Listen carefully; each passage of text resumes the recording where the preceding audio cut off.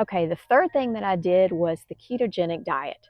And I did not want to do keto because I do not love meat. And in my mind, that just meant tons of meat and eggs and all the things and steak, which I don't eat.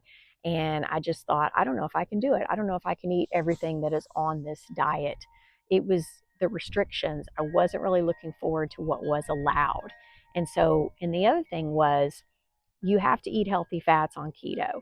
And that was hard for me because I grew up with, I mean, if you're my age, you probably remember the whole low fat thing, right? I mean, like fat is bad, fat is bad. You want to be low fat, no fat, all that stuff. And it didn't matter what the carb intake was. And I had to unlearn that. And I did a lot of research on the keto diet, read the science before I decided that it was worth it for me to try. And I did. And I used the keto reset diet, Dr. Mark Sisson, and I'll link that book below. It allowed me to plan my meals, give me some good recipes so I could prepare myself, which I did. And once I committed to it, I was ready to go. The first couple of days were the hardest because I'm not used to eating so much fat and protein. But I'll tell you what, I was not hungry, like at all. If you eat enough of the right things, and we're trying to adapt our body, fat adapted, they call it, to be used to taking in those healthy fats, I was not hungry.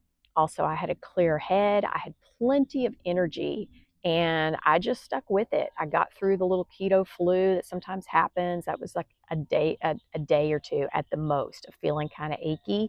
And then, once I kind of got into ketosis, I kept at it and the weight started to come off.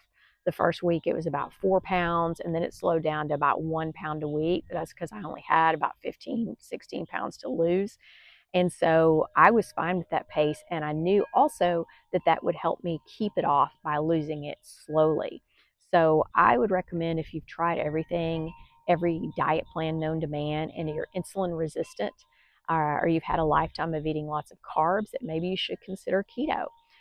It worked for me. And now I've kind of settled into a low carb maintenance mode. I'm not going to be full keto the rest of my life, but I am going to lean that way a little bit and just keep my carbs under control. So that was the third thing that I did to help me lose my menopausal weight.